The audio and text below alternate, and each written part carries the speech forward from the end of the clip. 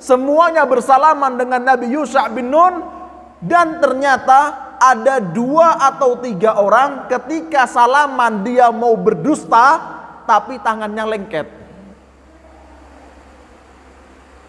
Dan seperti ini gambaran di yaumul qiyamah. Mulut bisa berdusta, tangan enggak dusta. Di dunia aja sudah ada, apalagi di akhirat. Ini orang mau berdusta, enggak ada, lu tangannya lengket. Maka kata Nabi Yusha bin Nun, kamu pasti mencuri. Maka kemudian orang-orang ini, 2 atau 3 orang ini, mereka mengambil barang curiannya. Ternyata itu adalah emas yang berbentuk seperti kepala sapi. Berapa kilo itu, Pak? Hah? Bisa 10 kilo itu. Ya apa? Sapi. Emas sebesar kepala sapi. Kemudian emas ini dikembalikan sama 3 sahabatnya Nabi Yusha bin Nun yang mencuri ini, dikembalikan kemudian ditaruh bersama ghanimah-ghanimah yang lain. Setelah itu barulah ada api menyambar ghanimah-ghanimah ini. Kemudian Nabi SAW berkata, seperti itulah ghanimah itu halal untuk kita, tapi haram untuk umat-umat sebelum kita. Hadis sahih riwayat Bukhari dan Muslim. Jamaah barakallahu fiikum.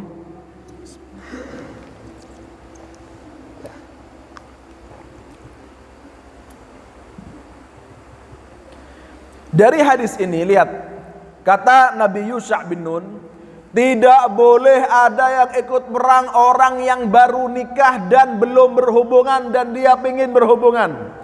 Tidak boleh ikut perang bagi orang yang bangun rumah dan rumahnya belum selesai. Tidak boleh ikut perang bagi orang yang sudah ngawinkan hewan-hewannya dan menunggu kelahirannya. Kenapa jamaah dilarang sama Nabi Yusha bin Nun? Karena nanti perangnya ini nggak niat.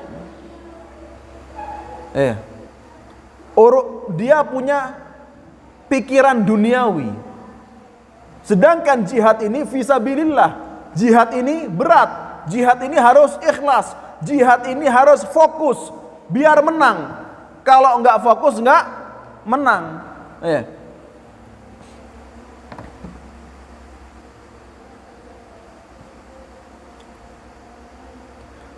Lihat Indonesia kemarin menang ya Pak.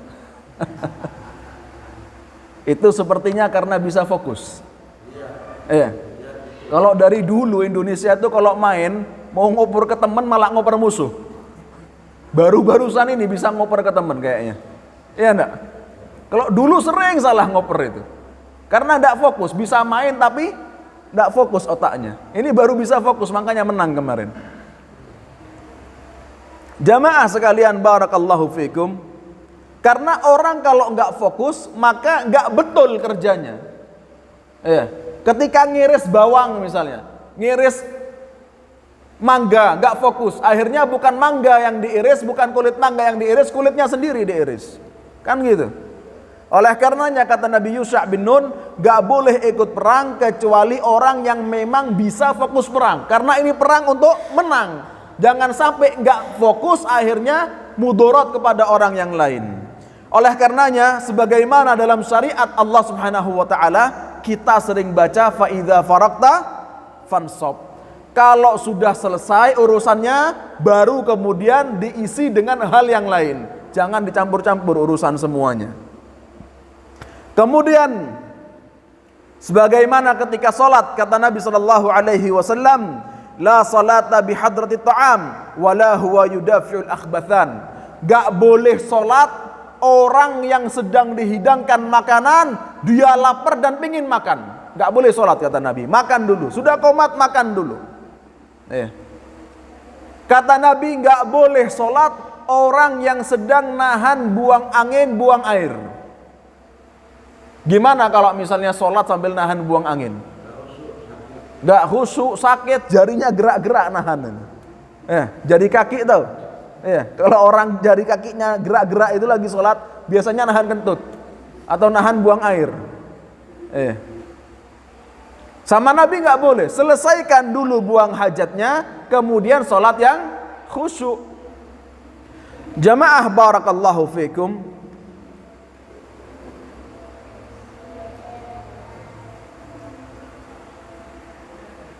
Kemudian hadis ini memiliki beberapa faedah yang bisa kita pelajari. Di antaranya adalah bahwa jihad itu hukumnya adalah masyru'. Jihad itu hukumnya adalah syariat Islam, diperintahkan oleh Islam. Jihad itu adalah maju bukan mundur.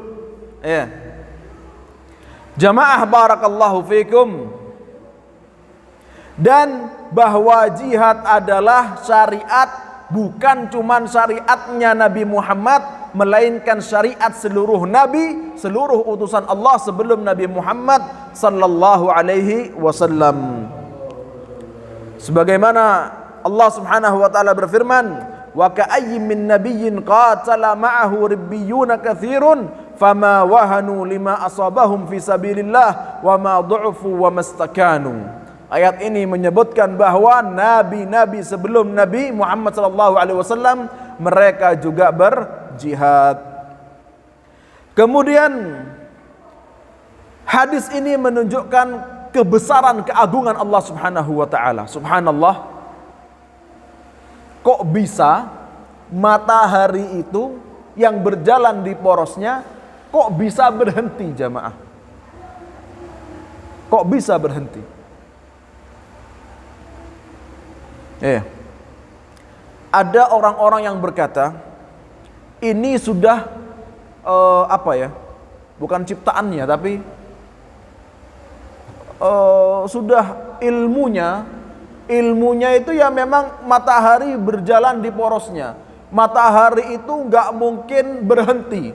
Kalau matahari berhenti 1 detik saja, maka akan terjadi banyak kecelakaan di langit. Maka ini perkataan tanpa iman. Mereka apakah tidak tahu bahwasanya yang menciptakan matahari dialah yang bisa mengatur matahari? Dan disebutkan dalam hadis Sahih Muslim dan Sahih Bukhari bahwa matahari pernah berhenti, dan itu di zaman sebelum zamannya Nabi Muhammad SAW. Dan disebutkan matahari juga pernah berhenti di zamannya Nabi Musa alaihissalam. Karena permohonan Nabi Musa alaihissalam. Bahkan bukan matahari, tapi bulan itu pernah dibelah 2 sama Nabi Muhammad SAW. Bukan dibelah 2 sedikit, kemudian ada celahnya. Kayak sekarang yang katanya sudah sampai bulan, di bulan itu ada garis seperti pernah pecah. Ada yang bilang gitu. Enggak seperti itu hadisnya, jamaah. Disebutkan bahwa para sahabat sedang berada di orang-orang Mekah, bukan sahabat saja, orang-orang kafir Mekah sedang berada di antara Safa dan Marwah. Safa dan Marwah ini jaraknya sekitar kurang lebih berapa ya? 450-500 meter jaraknya. Jaraknya Safa Marwah. Sahabat sedang berada di tengah antara bukit Safa dengan bukit Marwah. Sahabat di mana? Di tengah-tengah. Kemudian Nabi membelah dengan mukjizatnya, dengan keagungan Allah Subhanahu wa taala. Bulan ini dibelah jadi 2, maka bulan ini ada yang terlihatnya dari arah Safa, ada yang terlihat dari arah Marwah. Bukan kemudian terbelah sedikit, bukan. Dari Safa dan dari Marwah. Tapi memang kalau sudah kafir tetap kafir. Kalau memang ngeyel tetap ngeyel. Kalau memang gak Allah kasih hidayah, tanda sebesar apapun tetap kafir. Lah mereka ini sudah lihat mukjizat. Sudah lihat mukjizat tapi gak bisa masuk Islam. Oleh karenanya Allah Subhanahu wa taala berfirman, "Innal ladzina haqqat 'alaihim kalimatu rabbika la yu'minun." Orang-orang yang memang sudah Allah tutup hatinya, mau diapakan nggak bakal beriman. Meskipun mereka habis lihat bulan, ada yang di sofa, ada yang di Marwah. Jamaah barakallahu fikum. Dan kita ini butuh hidayah dari Allah Subhanahu wa ta'ala. Hati ini berbolak balik.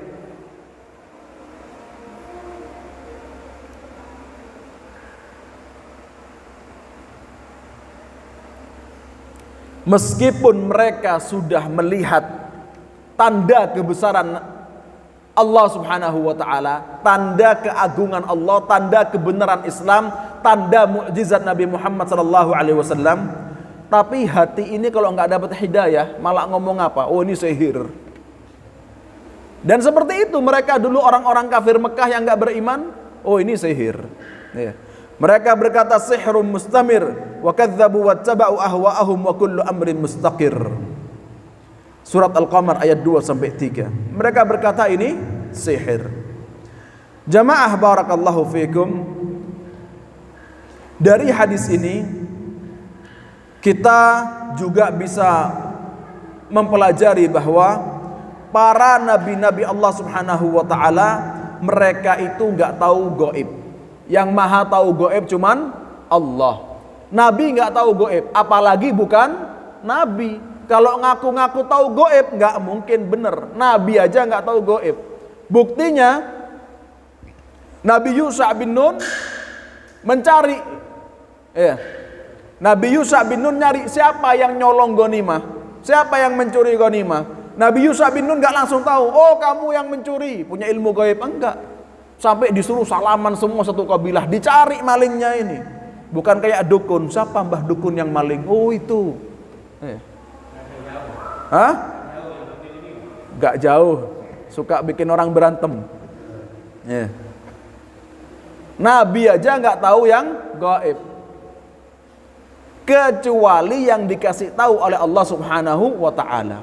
Oleh karenanya Nabi Muhammad itu, beliau pernah ditanya hukum-hukum Islam dan beliau nggak langsung jawab, nunggu wahyu.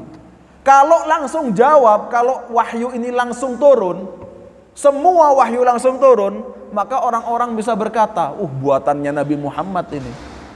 Tapi Nabi Muhammad nunggu wahyu berhari-hari, bahkan kadang sampai bulan, menunjukkan bahwa Nabi Muhammad gak tahu kecuali yang diajarkan oleh Allah Subhanahu wa ta'ala. Kemudian jamaah, dalam bab jujur, hadis yang terakhir adalah dari Khalid Hakim ibn Hizam, Abi Khalid Hakim ibn Hizam. Nabi SAW bersabda, al-bayyi'ani bil khiyari ma lam yatafarraqa, bahwa dua orang yang berjual beli bertransaksi punya hak untuk membatalkan transaksinya selama mereka tidak berpisah. Apabila dua orang ini yang menjual ataupun yang membeli berkata jujur dan menjelaskan dengan benar, maka jual belinya barokah, uangnya barokah, barangnya barokah, makanannya barokah. Dan apabila yang menjual atau yang membeli ini dia berdusta dan menyembunyikan aib, berbohong, maka uangnya enggak barokah, barangnya enggak barokah. Oleh karenanya jamaah barakallahu fikum, subhanallah,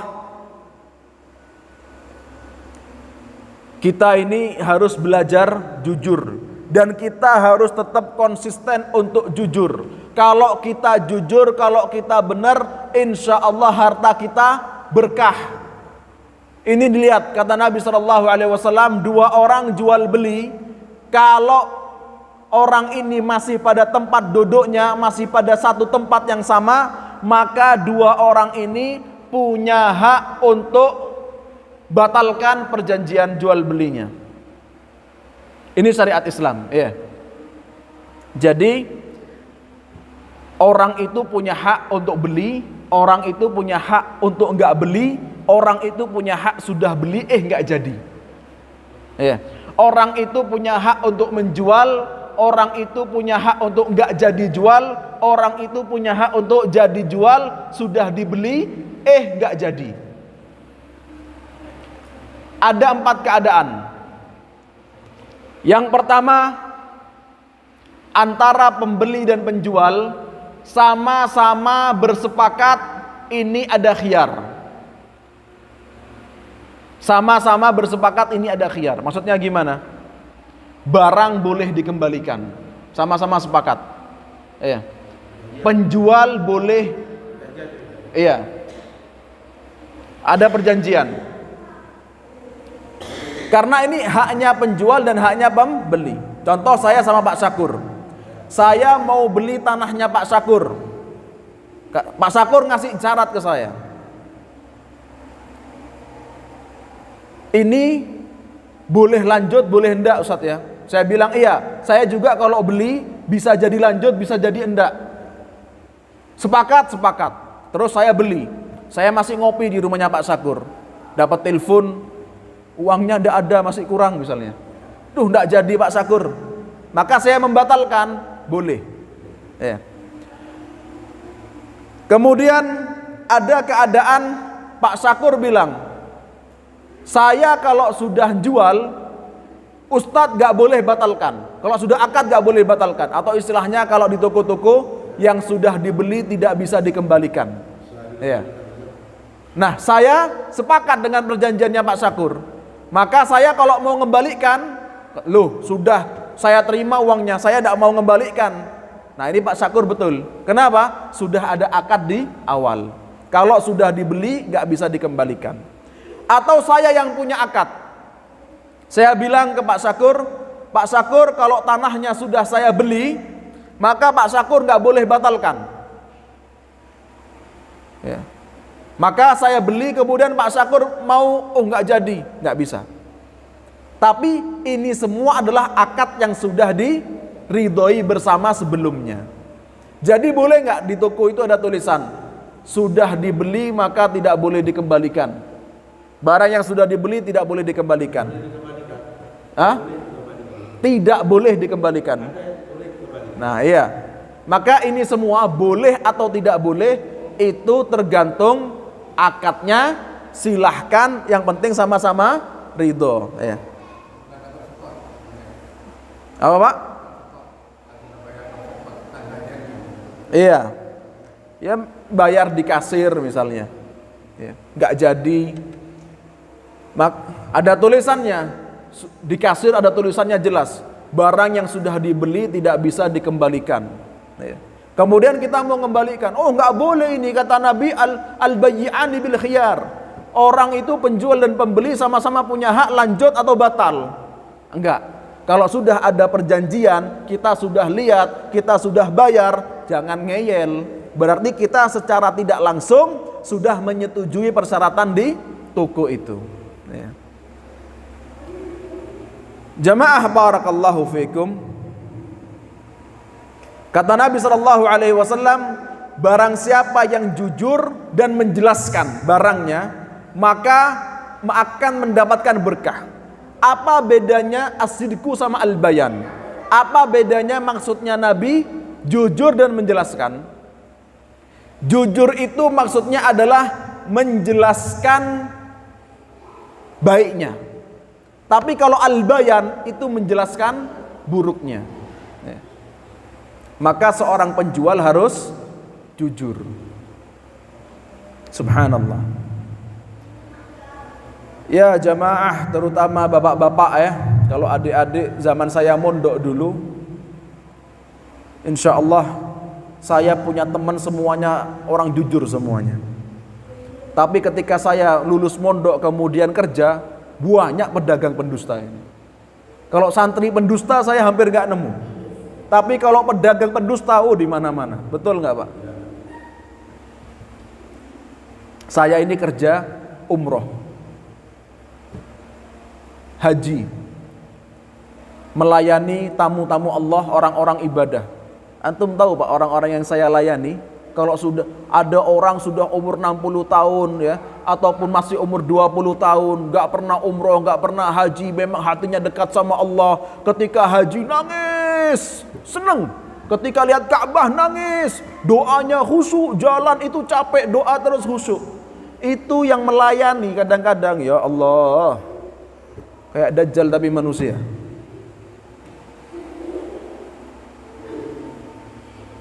Nggak sholat. Di Mekah nggak sholat.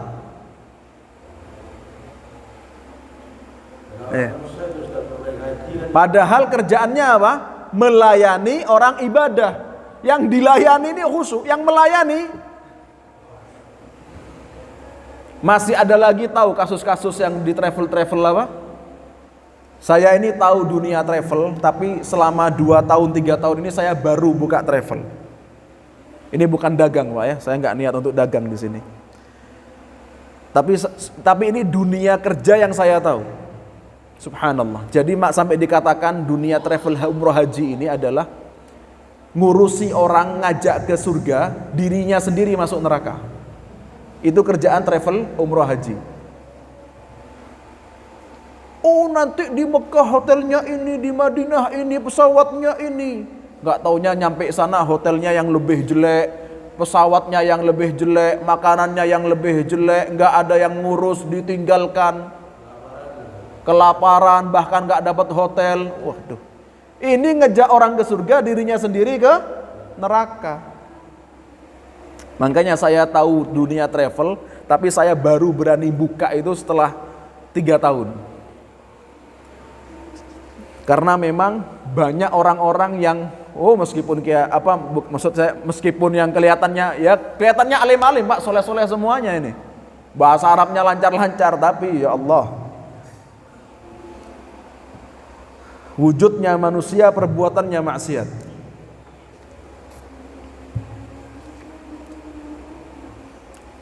Sampai ada orangnya jujur kadang, orang jujur, tapi karena berhubungan sama orang nggak jujur, uangnya hilang. Uangnya hilang. Misalnya orang bayar mau umrah 30 juta, kemudian dari 30 juta itu misalnya 5 jutanya untuk bayar hotel. Kan itu bayar ke calo hotel misalnya, kan ke calo-calo, karena sudah dibeli sama calo-calo itu. Orangnya hilang, mau ya apa? Dan itu banyak kasus seperti itu. Saya juga khawatir punya travel ini. Sayanya jujur, tapi takutnya bermuamalah sama orang nggak jujur. Tapi saya beranikan sekarang buka travel itu karena sudah ketemu jalannya sama orang-orang jujur. Semoga mereka betul-betul jujur. Naam jamaah barakallahu fikum. Sampai sini ada pertanyaan? Monggo Pak. Assalamualaikum warahmatullahi wabarakatuh.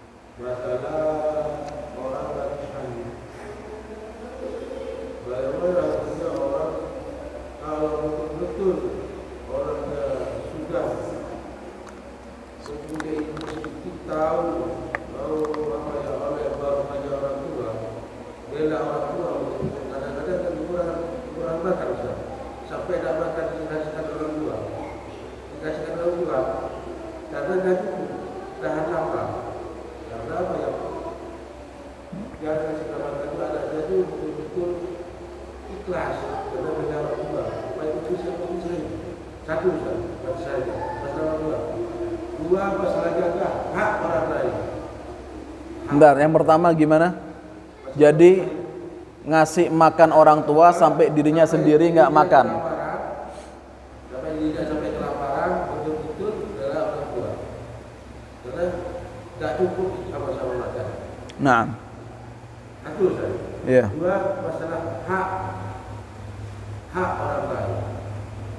Bagaimana orang-orang betul-betul bela hak orang lain, sudah tahu betul-betul, ternyata bela sampai mati, itu kata sampean masalah syariat, betul-betul sudah ada, ada nipah dari syariat, itu apa? Termasuk syariat.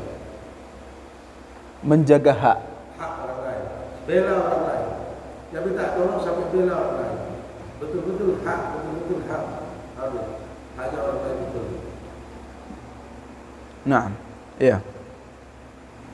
Jadi pertanyaan yang pertama, ketika meninggal karena ngasih makan orang tua sampai dirinya sendiri mati kelaparan, apakah ini disebut dengan meninggal syahid wallahu a'lam. Pertama, jangan sampai meninggal karena kelaparan. Minta nggak apa-apa. Minta itu haram hukumnya, kecuali bagi orang-orang yang betul-betul membutuhkan. Ya. Jangan sampai terjadi seperti itu. Ya. Subhanallah. Bahkan dalam madhab Syafi'i itu disebutkan, tapi jangan dilaksanakan ya, karena ini madhab Syafi'i bukan RUU. Ya. Dalam madhab Syafi'i itu disebutkan, kalau orang sudah mau mati karena kelaparan, kemudian minta tapi nggak dikasih, ambil saja sudah makan. Karena menjaga nyawa lebih utama daripada hartanya orang lain. Yang pelit gak mau kasihan sama nyawanya orang lain. Ya. Yang seperti ini kalau misalnya ngambil nasi sepiring, gak dipotong tangannya.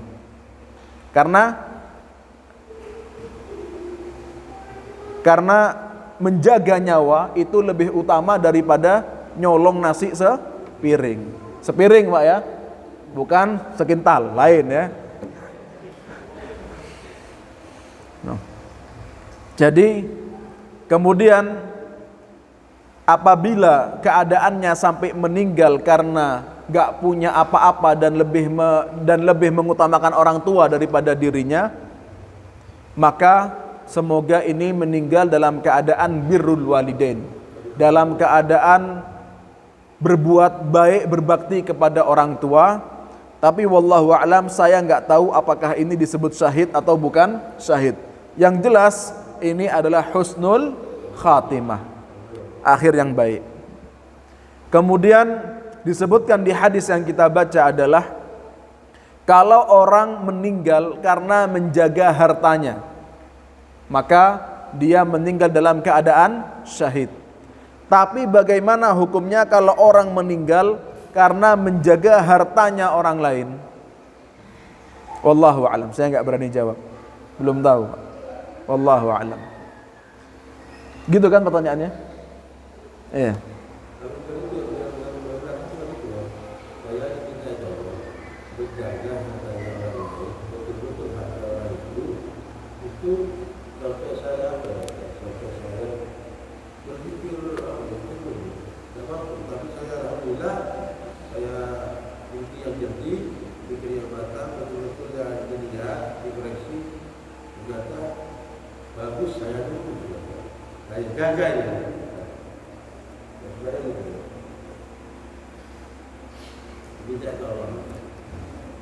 Iya, selama itu kebaikan maka bantu ya. Dengan jujur itu tapi kebaikan, membantu kebaikan.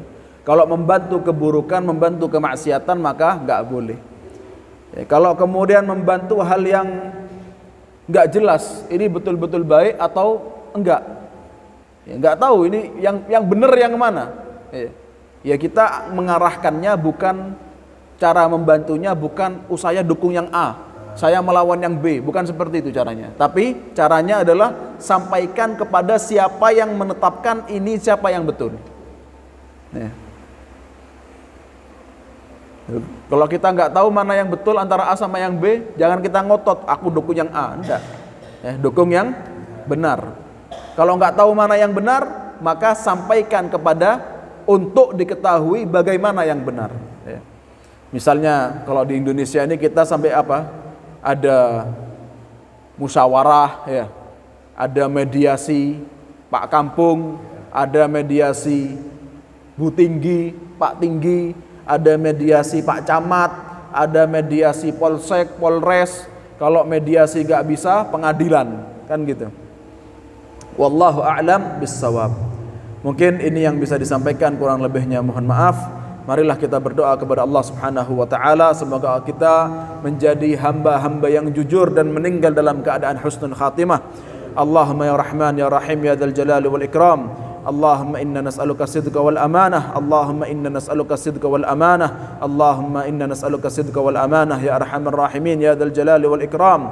Allahumma Allahumma ya Rahman ya Rahim ya dzal jalali wal ikram. Allahumma ij'alna nura waj'al min bayni yadayya nura wa min khalfi nura wa min amami nura wa min fawqi nura wa min tahti nura ya arhamar rahimin ya dzal jalali wal ikram ya hayyu ya qayyum. Allahumma inna nas'aluka ilman nafi'a wa rizqan tayyiba wa amalan mutaqabbala. Allahumma 'allimna ma yanfa'una wanfa'na bima 'allamtana ya arhamar rahimin. Allahumma inna na'udzubika minan nifaq, Allahumma inna na'udzubika minan nifaq, Allahumma inna na'udzubika minan nifaq ya arhamar rahimin ya dzal jalali wal ikram. Subhana rabbika rabbil izzati amma yasifun wa salamun 'alal mursalin walhamdulillahi rabbil alamin.